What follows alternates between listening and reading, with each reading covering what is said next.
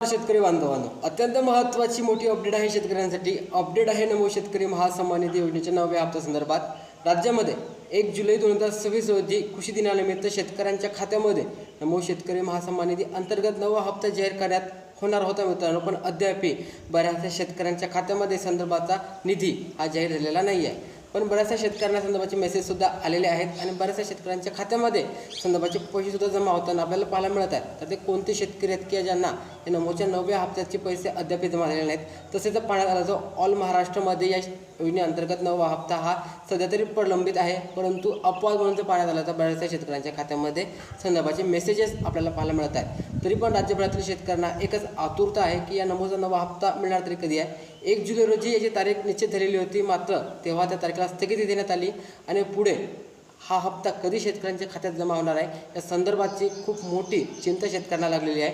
या संदर्भात राज्य शासनाच्या अत्यंत महत्त्वाच्या गाईडलाईन समोर आलेल्या आहेत. ते गाईडलाईन पाहणार आहोत. तुम्ही चॅनलवर नवीन असाल तुम्ही सबस्क्राईब करा, बेल आयकॉनवरती सेट करा. अशा अपडेट तुम्हाला सर्वप्रथम आपल्या चॅनलवरती पाहायला मिळतात. मित्रांनो, नमो शेतकरी महासन्मान निधी योजनेअंतर्गत 9वा हप्ता राज्यामध्ये बरेचसे दिवस झाले प्रलंबित अवस्थेमध्ये पाहायला आपल्याला मिळत आहे. जेव्हापासून नमोचा 8वा हप्ता प्रलंबित होता तेव्हापासूनच नमोचा 9वा हप्ताही प्रलंबित आहे. म्हणजेच की नमोच्या 8व्या हप्त्यासोबतच 9वा हप्ता अपेक्षित होता. म्हणजेच की मार्चच्या एंडिंगमध्ये शेतकऱ्यांच्या खात्यामध्ये आपल्याला नमोचा 9वा हप्ता मिळाला पाहिजे होता. मात्र तेव्हापासून 4 महिन्याच्या अंतराळावर हा नमोचा 9वा हप्ता देण्यात येणार होता. 1 जुलै 2026 या रोजी शेतकऱ्यांच्या खात्यामध्ये नमोचा 9वा हप्ता जाहीर होणार होता. ही तारीखसुद्धा कृषी मंत्र्यांनी डिक्लेअर केलेली होती आणि कृषी दिनानिमित्त या अंतर्गत शेतकऱ्यांच्या खात्यामध्ये हप्ता वितरित करण्याची डेटसुद्धा जाहीर झालेली होती. मात्र अद्यापही शेतकऱ्यांच्या खात्यामध्ये संदर्भात 1 रुपयाही जमा झालेला नसल्यामुळे शेतकऱ्यांमध्ये चिंतेचं वातावरण आपल्याला पाहायला मिळत आहे आणि बऱ्याचशा शेतकऱ्यांमध्ये एक संभ्रम आहे. हे संदर्भात नमो शेतकरी योजना ही बंद पडलेली आहे की काय आणि या संदर्भात काही राज्य शासनाच्या हालचाली समोरसुद्धा येत नसल्यामुळे शेतकऱ्यांमध्ये चिंतेचं वातावरण पाहायला मिळत आहे. अंतर्गत 2000 रुपयाची रक्कम शेतकऱ्यांच्या खात्यामध्ये जमा केली जात असते. PM किसान सन्मान निधीसोबतच या योजनेचा हप्ताही शेतकऱ्यांच्या खात्यामध्ये जमा केला जात असतो. परंतु PMचा 23वा हप्ता मिळाल्यानंतर शेतकऱ्यांना उत्सुकता लागलेली होती नमोच्या 9व्या हप्त्याची. मात्र सोबत मिळणारे हे हप्ते अलीकडे पाहण्यात आलं तर या संदर्भात थोडंसं गॅप आपल्याला पाहायला मिळाला.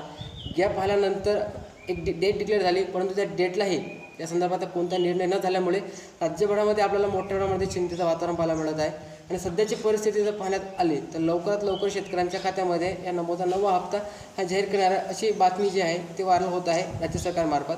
परंतु एक ऑफिशियल डेट जर पाहण्यात आली तर कृषी मंत्र्यांच्या सांगितलेल्या माहितीनुसार लवकरच म्हणजेच की 15 जुलैच्या आत या संदर्भाचा ऑफिशियल निर्णय घेऊन 1 तारीख ठरवून शेतकऱ्यांच्या खात्यामध्ये संबंधाचा निधी हा जाहीर करण्यात येणार आहे. निधी ही 2000 रुपयाची रक्कम असणार आहे. यासाठी महाराष्ट्रातील जवळपास 90 लाखांहून अधिक शेतकरी पात्र असणार आहेत. संदर्भात त्यांच्या खात्यामध्ये 819 कोटी रुपयाचा निधी हा प्रमाणित झालेल्या GRच्या अंतर्गत पाहायला मिळणार आहे.